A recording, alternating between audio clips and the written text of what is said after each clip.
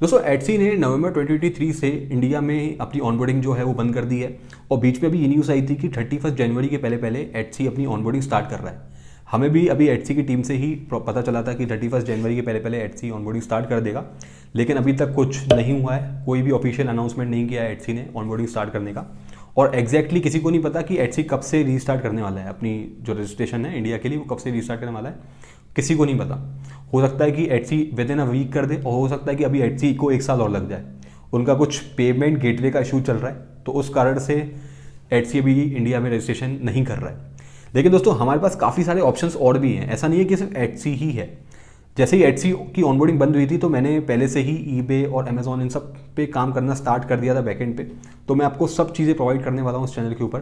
तो अगर आप चैनल पर नए हो तो चैनल को सब्सक्राइब करना बिल्कुल भूलिएगा। मैं ऐसी informative videos e commerce export से रिलेटेड, इंपोर्ट एक्सपोर्ट से रिलेटेड इस चैनल पर प्रोवाइड करता रहता हूँ।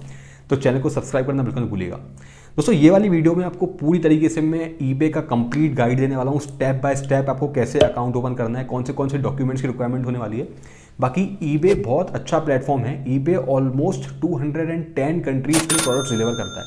210 कंट्रीज में से ऑर्डर्स आते हैं ईबे के। और इंडिया के काफ़ी ऐसे सेलर्स हैं जो बहुत अच्छा बिजनेस ईबे पर ऑलरेडी कर रहे हैं। हम आगे पूरी चीज़ें कवर करने वाले हैं, एडवर्टीजमेंट, लिस्टिंग्स, कैसे ऑर्डर्स इंक्रीज करने हैं, सब चीज़ें इस चैनल पर आपको मिलेंगी। अब दोस्तों ईबे पर अकाउंट ओपन करने के लिए आपको 5 डॉक्यूमेंट्स की रिक्वायरमेंट होगी। सबसे पहले आपको आपका पैन कार्ड की रिक्वायरमेंट होगी। आपको डेबिट कार्ड या क्रेडिट कार्ड, वीज़ा या मास्टर कार्ड का वो चाहिए होगा। आपके पास करेंट बैंक अकाउंट होना चाहिए। उसके बाद आपके पास जीएसटी सर्टिफिकेट होना चाहिए। और आपको IEC code, import export code की रिक्वायरमेंट होती है। आप जो जीएसटी नंबर है वो किसी भी सीए से बनवा सकते हो, और आईईसी कोड भी वही अप्लाई करके दे देते हैं। बाकी आप खुद से अप्लाई करते हो तो ऑनलाइन विद इन 10 मिनट्स आप आईईसी कोड अप्लाई कर सकते हो। और उसकी जो फीस होती है वो होती है 500 रुपीज़ के अराउंड। लेकिन अगर आप किसी और के थ्रू करवाओगे तो वो कुछ एक्स्ट्रा फीस चार्ज करते हैं। उनकी खुद की फीस होती है 500 to 1000, और जो गवर्नमेंट की फीस है तो अराउंड 1000-1500 रुपये में आपको वो आईसी कोड प्रोवाइड कर देते हैं। अब इन सब डॉक्यूमेंट्स को प्रिपेयर करने के बाद चलते हैं हम अपनी कंप्यूटर स्क्रीन के ऊपर, और मैं आपको बताऊंगा step by step process eBay पर कंप्लीट अकाउंट ओपनिंग की। दोस्तों ईबे अकाउंट ओपन करने के लिए आपको सबसे पहले इन सब डॉक्यूमेंट्स को प्रिपेयर कर लेना है जो आपकी स्क्रीन पर डिस्प्ले हो रहे हैं। तो बेसिकली आपको सबसे पहले फ़ोन नंबर, ईमेल आईडी तो बेसिकली है ही, पैन कार्ड, आपका current account, debit card, sorry ये मैंने गलत लिखा हुआ है तो डेबिट कर दूंगा, डेबिट क्रेडिट कार्ड, वीज़ा या मास्टर कार्ड का डेबिट या क्रेडिट कार्ड आपको चाहिए होगा। उसमें इंटरनेशनल जो पेमेंट है ना वो आपको एनेबल करनी है आपको। इसके आपको जीएसटी सर्टिफिकेट चाहिए होगा और आईईसी कोड चाहिए होगा। तो ये सब डॉक्यूमेंट्स आपको प्रिपेयर कर लेने हैं। इसके बाद आपको ebay.com पर आ जाना है। मैंने आपको नीचे डिस्क्रिप्शन में लिंक प्रोवाइड किया हुआ है ebay.com का, तो वहाँ से आप अपने ebay.com पर आ सकते हो। तो उस लिंक पर आप जैसे ही क्लिक करोगे तो आपको ebay.com पे आओगे आप, तो यहाँ पे ना आपको सेल का ऑप्शन दिखेगा। यहाँ पर आपको क्लिक करना है। सेल के ऑप्शन पर क्लिक करने के बाद आपको लिस्ट एंड आइटम पर क्लिक करना है। यहाँ पर आपको कोई सा भी जो आपका प्रोडक्ट है वो आप यहाँ पर सिलेक्ट कर सकते हो। मैं अभी रैंडमली एक बास्केट है उसको मैं सिलेक्ट कर लूँगा, और यहाँ पे एक बास्केट जो है वो लिस्ट करूँगा। तो पहले यहाँ पे ब्रांड नेम जो है वो सिलेक्ट करना है। आपका जो ब्रांड नेम है तो आप यहाँ पे डाल सकते हो। अगर आपका प्रोडक्ट अनब्रांडेड है तो यहाँ पे अनब्रांडेड डाल सकते हो। बाकी मेरा सजेशन ये रहेगा कि आपके जो भी प्रोडक्ट्स आप सेल कर रहे हो, कहीं पर भी सेल कर रहे हो, तो आप एक अच्छा सा कैची नेम सेलेक्ट कर लीजिए और उसको रजिस्टर करवा लीजिए अगर हो सके तो। बिकॉज फ्यूचर में एक लॉन्ग टर्म में आपका एक ब्रांड बनाना ही बेनिफिशियल है। तो मेरा सजेशन ये रहेगा कि आप एक ब्रांड नेम बना लीजिए। अभी मैं एग्जांपल के लिए, फॉर एग्जांपल मैं एथिक नेम जो है वो सिलेक्ट कर लेता हूँ, एथिक। और यहाँ पे आपको आइटम हाइट डालनी है, यहाँ पे आइटम विड्थ डालनी है, यहाँ पे आइटम लेंथ डालोगे, यहाँ पर मटेरियल, कलर, शेप, और उसके बाद आपको कंटिन्यू विदाउट मैच पर क्लिक कर देना है। दोस्तों कंटिन्यू विदाउट मैच पर क्लिक करने के बाद आपको यहाँ पर ऑप्शन दिखेगा select the condition of your item. तो बेसिकली ईबे में क्या होता है कि आप used products, open box products भी सेल कर सकते हो। तो अभी के लिए मैं न्यू सेलेक्ट कर रहा हूँ, तो आप जिस भी प्रोडक्ट को सेल करो तो आप उसके अकॉर्डिंग उसकी कंडीशन सेलेक्ट कर सकते हो। तो अभी के लिए मैं न्यू सेलेक्ट करूँगा, कंटिन्यू टू लिस्टिंग पर क्लिक करूँगा। अब यहाँ पर आपको क्या होगा, आपको ना यहाँ पे आपका अकाउंट तो बना नहीं है, तो अभी ईबे आपको बोलेगा कि आपको पहले अकाउंट क्रिएट करना पड़ेगा। तो हमें क्या करना है, हमें यहाँ पर साइन इन टू ईबे और क्रिएट ए न्यू अकाउंट। तो अगर आपका ऑलरेडी अकाउंट बना हुआ है, आपने पहले परचेज वर्चेज किया हुआ है ईबे से, तो आप साइन इन कर सकते हो। अदरवाइज आपको क्रिएट एन अकाउंट पर क्लिक करना है। हम पूरा एक अकाउंट बनाएंगे, अकाउंट पूरा सेटअप करेंगे ईबे का। तो आपको continue and account, continue to create an account पे क्लिक करना है। यहाँ पर आपको बिजनेस अकाउंट सेलेक्ट करना है। यहाँ पर बिजनेस नेम आएगा, जो बिजनेस नेम आपका जीएसटी पर है आपको वही यहाँ पर डालना है। यहाँ पर आपको बिजनेस ईमेल डालना है, पासवर्ड डालना है, और बिजनेस लोकेशन हमें इंडिया सेलेक्ट करनी है। उसके बाद आपको रजिस्टर पे क्लिक करना है। अब यहाँ पे जैसे ही हम रजिस्टर पे क्लिक करेंगे तो हमें यहाँ पे कैप्चा है वो करना होगा। तो basically I am a human पे सेलेक्ट करना है और यहाँ पे हम ये कैप्चा सॉल्व करेंगे और वेरीफाई करेंगे इसको। तो वेरीफाई करने के बाद जो हमारा नेक्स्ट स्टेप है उस पर आपका जो ईमेल एड्रेस आपने दिया हुआ है, तो उस ईमेल एड्रेस पे आपको ओटीपी आएगा, उस ओटीपी को यहाँ पे आपको डालना है और वेरीफाई पर क्लिक करना है। अब यहाँ पे यूज़र नेम जो है वो आप अपने अकॉर्डिंग सेलेक्ट कर सकते हो, ऑप्शनल है तो आप इसको स्किप भी कर सकते हो। बेसिकली यहाँ पे क्या होगा, अगर आप अपना नहीं डालोगे ना तो ईबे ऑटोमेटिकली एक जनरेट करके दे देगा। तो आपको अपने अकॉर्डिंग अगर रखना है तो आप रख के और कंटिन्यू पे क्लिक करोगे, अदरवाइज आप स्किप करोगे। तो अभी के लिए मैं स्किप करूँगा इसको। स्किप करने के बाद जो हमारा नेक्स्ट स्टेप है वो है गेट स्टार्टेड पर क्लिक करना है हमें। तो बेसिकली यहाँ पे क्या होगा, यहाँ पे है ना हमें अभी एक प्योनियर अकाउंट भी आगे क्रिएट करना पड़ेगा। तो ईबे अकाउंट क्रिएट करने के लिए हमें प्योनियर अकाउंट की रिक्वायरमेंट होती है। तो अगर आपका ऑलरेडी प्योनियर अकाउंट है तो वेल एंड गुड, तो अदरवाइज आपको एक न्यू प्योनियर अकाउंट है वो क्रिएट करना पड़ेगा। तो अभी हम गेट स्टार्टेड पर क्लिक करेंगे। गेट स्टार्टेड पर क्लिक करने के बाद हमें यहाँ पर अपनी कंट्री सेलेक्ट कर लेनी है, इंडिया। यहाँ पर आपको अपना फ़ोन नंबर डालना है, यहाँ पर टेक्स्ट मी पर क्लिक करना है तो आपके फ़ोन नंबर पर एक ओटीपी आएगा। अब यहाँ पे जो आपका ओटीपी है वो आपको यहाँ पे डालना है और कंटिन्यू पर क्लिक करना है। अब दोस्तों कंटिन्यू पर क्लिक करने के बाद अब ये है, हमें प्योनियर का जो सेक्शन है वो आ गया है। तो बेसिकली अगर आपका प्योनियर का अकाउंट पहले से है तो आपको साइन इन कर लेना है, और अगर आपका प्योनियर का अकाउंट नहीं है तो यहाँ पे आपको क्रिएट करना पड़ेगा। अभी मैं आपको पूरा क्रिएट करके दिखाऊंगा। तो हमें यहाँ पे क्लिक करना है नो क्रिएट वन। तो क्रिएट वन पर क्लिक नो क्रिएट वन पर क्लिक करेंगे तो हमें प्योनियर का जो डैशबोर्ड है वहाँ पर हम रीडायरेक्ट हो जाएंगे प्योनियर की लिंक, प्योनियर के साइट पर। अब हमें यहाँ पे पूरा प्योनियर का अकाउंट एक क्रिएट करना है। तो अभी आपको क्या करना पड़ेगा, जैसे यहाँ पे आपको कंपनी ऑलरेडी सिलेक्टेड रहेगा, अभी यहाँ पे आपको ना बिजनेस इन्फॉर्मेशन प्रोवाइड करनी है, आपका जो कंपनी है उसकी इन्फॉर्मेशन प्रोवाइड करनी है। तो बेसिकली यहाँ पे आपका लीगल कंपनी नेम आ जाएगा, यहाँ पर आपको registered entity of your business. तो बेसिकली ये आपका जो टाइप है बिजनेस का, सोल प्रोप्राइटरशिप, प्राइवेट लिमिटेड, तो उसके अकॉर्डिंग आप सेलेक्ट करोगे। यहाँ पर मेरा जो है वो फुल प्रोप्राइटरशिप है तो मैं पे ये सिलेक्ट करूंगा। अब दोस्तों यहाँ पर आपको ऑथराइज रिप्रेजेंटेटिव डिटेल्स डालनी है। तो बेसिकली जिसके नाम पर बिजनेस रजिस्टर्ड है उसकी डिटेल डालनी है। तो यहाँ पर आपको नेम डालना है, यहाँ पर आपको लास्ट नेम डालना है, यहाँ पर आपको डेट ऑफ बर्थ सेलेक्ट करनी है जो भी पर्सन है जिसकी फर्म है उनकी, और अगेन नेक्स्ट पर क्लिक करना है। अब उसको नेक्स्ट पर क्लिक करने के बाद हमें यहाँ पे कॉन्टैक्ट डिटेल्स प्रोवाइड करनी होती है। तो बेसिकली जो आपका फर्स्ट कॉलम है यहाँ पे आपको पूरी बिजनेस का एड्रेस डालना है, यहाँ पे पिन कोड वगैरह सब आ जाएगा। इसके बाद ऑथराइज रिप्रेजेंटेटिव रेसिडेंशियल एड्रेस डालना है। तो बेसिकली जो आपका रेसिडेंशियल एड्रेस है, जो भी रिप्रेजेंटेटिव है उनका, वो पूरी इंफॉर्मेशन आपको यहाँ पर प्रोवाइड करनी है।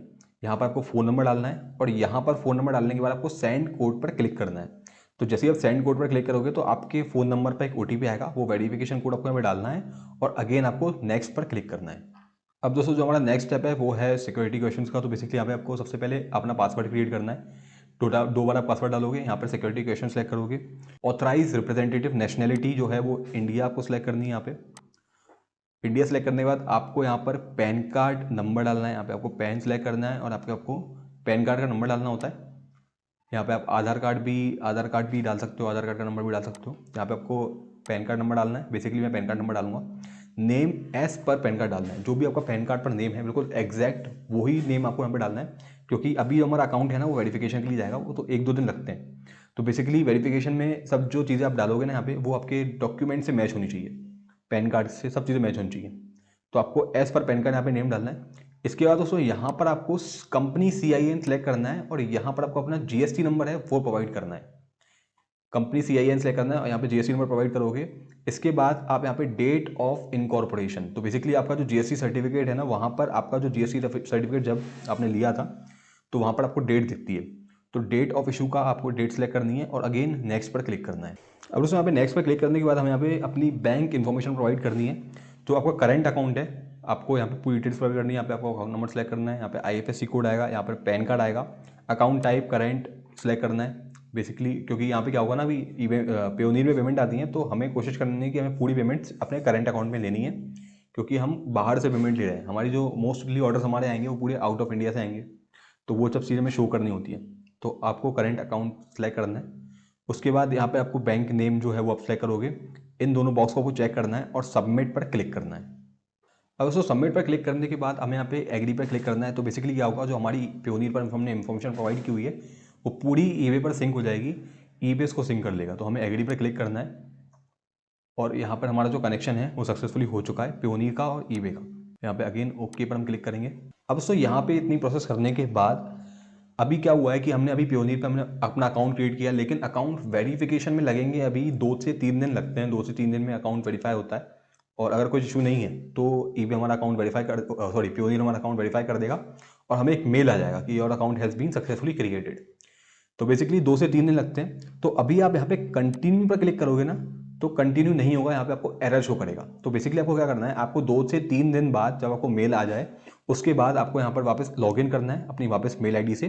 तो आपको अगेन यहाँ पे कंटिन्यू पर क्लिक करना है। तो जब आप जब कंटिन्यू पर क्लिक करोगे 2 से 3 दिन बाद, तो आपका जो नेक्स्ट स्टेप है वो आ जाएगा।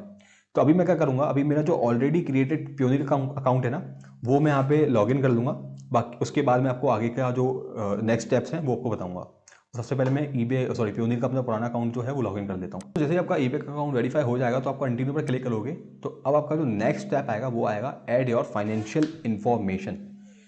तो बेसिकली हमको यहाँ पे जो हमारी कार्ड डिटेल्स है वो प्रोवाइड करनी है। आपको एक चीज़ ध्यान रखनी है, यहाँ पर सिर्फ और सिर्फ visa and master card he support करता है। तो आपको इन दोनों में से कोई कार्ड जो है वो सिलेक्ट कर लेना है। यहाँ पर आपको एक्सपायरेशन, अब यहाँ पे आपको पूरी डिटेल्स डालनी है, अपने कार्ड की expiration date, security code, first name, last name. यहाँ पर आपको बिलिंग एड्रेस को एडिट करना है, यहाँ पर आपको इंडिया सेलेक्ट करना है, और यहाँ पर आपको अपना एड्रेस प्रोवाइड करना है, यहाँ पर आपको फ़ोन नंबर प्रोवाइड करना है, और अगेन कंटिन्यू पर क्लिक करना है। अब दोस्तों कंटिन्यू पर क्लिक करने के बाद बेसिकली आपको यहाँ पे आपका GST नंबर डालना है, यहाँ पर आपको IEC कोड डालना है। उसके बाद आपको यहाँ पे अपनी GST जो फाइल है, जो GST सर्टिफिकेट है, वो यहाँ पे आपको अपलोड करनी है। यहाँ पर आपको IEC सर्टिफिकेट अपलोड करना है और अगेन कंटिन्यू पर क्लिक करना है। अब दोस्तों ये सब करने के बाद आपको सबमिट रिक्वेस्ट पर क्लिक करना है। तो बेसिकली अभी आप सबमिट रिक्वेस्ट पर क्लिक करोगे ना, तो अभी क्या होगा कि ईबे जो है, अभी आपका Payoneer का अकाउंट क्रिएट हो गया, आपने पूरी इन्फॉर्मेशन प्रोवाइड की ईबे को। अब ईबे अपनी जो आपकी जो इन्फॉर्मेशन आपने प्रोवाइड की हुई है वो पूरी वेरीफाई करेगा। उसके बाद 2 से 3 दिन में आपके मेल एड्रेस पर आपको मेल आ जाएगा कि your account has been successfully created, और उसके बाद आप अपनी जो लिस्टिंग वगैरह है वो पूरी कर सकते हो। बाकी ईबे का जो अकाउंट प्रोसेस है वो इतना ही है। तो दोस्तों पूरा ये प्रोसेस होता है ईबे अकाउंट क्रिएशन का। अभी आपको 2 से 3 दिन में मेल आएगा ईबे की तरफ से that your account has been successfully created. आपको एक चीज़ ध्यान रखनी है, आपको जो भी इन्फॉर्मेशन आप प्रोवाइड करनी है वो पूरी as per certificate, as per PAN card, as per IC provide करनी है। क्योंकि हमने यहाँ पे जैसे ही अपलोड किया अपना IC कोड और अपना GST सर्टिफिकेट, तो ईबे है ना उस इन्फॉर्मेशन को एग्जैक्टली मैच करेगा। तो आपको पूरा एग्जैक्टली चीज़ें लिखनी है जैसा कि आपके सर्टिफिकेट में है और जैसा कि आपका IC कोड में है। बाकी यही प्रोसेस होता है, कंप्लीट प्रोसेस ईबे पर अपना अकाउंट ओपन करने का। तो सही ये था कि आपको कैसे ईबे पर अकाउंट क्रिएट करना है step by step. I hope कि वीडियो आप लोग के लिए हेल्पफुल रही होगी, और अगर आप चैनल पर नए हो तो चैनल को सब्सक्राइब करना बिल्कुल मत भूलिएगा। मैं ऐसी इंफॉर्मेटिव वीडियोस इंपोर्ट एक्सपोर्ट से रिलेटेड, ई-कॉमर्स एक्सपोर्ट से रिलेटेड, ई-कॉमर्स से रिलेटेड इस चैनल पर प्रोवाइड करता रहता हूँ। Thank you so much for watching. मिलता हूँ मैं आपको अपनी अगली वीडियो में।